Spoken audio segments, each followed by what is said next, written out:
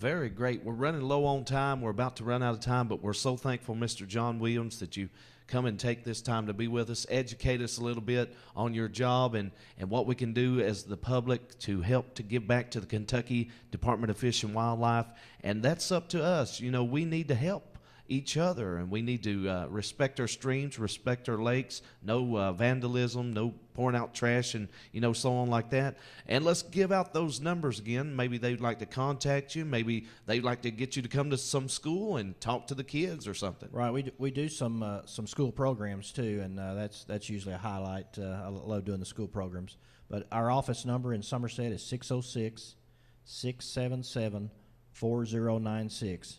And again, that's the Fisheries Division in Somerset, but we cover 15 counties in southeast Kentucky. So essentially, if you're in that area and want to know about the fisheries in this area, give me a call. And once again, the website. The website is fw.ky.gov. So essentially, fishwildlife.kentucky.gov. What are like the hours of day that you work? Is it different type hours? Do you work in the evenings, mornings? It can vary if we're doing field work, but normally we're there from 8 to 4:30, Monday through Friday. A lot of times during the spring or fall, if we do a lot of night shocking, so we'll work like a half a day and then come back in late and work that night. But we do have an answer machine, so if you call and we don't answer, we'll get back. Just leave your name and number, and we'll get back to you.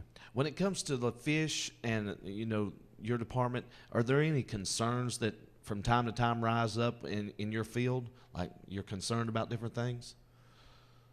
Well, we haven't really had to deal with it yet in our part of the state, but in the western part of the state, exotic or invasive species. There's the Asian carp that's been a big problem in the western part of the state.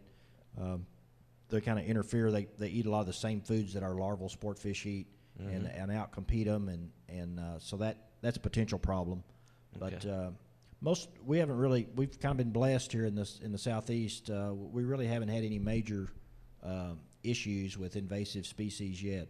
That's very good. And you guys are right on the job, and you're taking care of business, and that's good. I mean, how many different workers do you have in your field?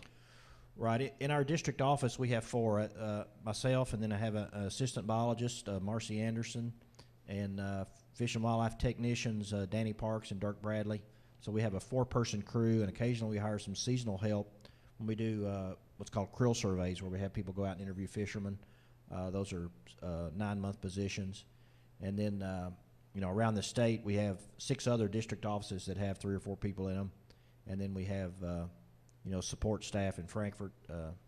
So the fisheries division as a whole, I think, employs 60 or 70 people. So it's a fairly good size agency. How can people, like, if they're really interested in getting into this area, how can they get into this? You got to go to school for it, or what?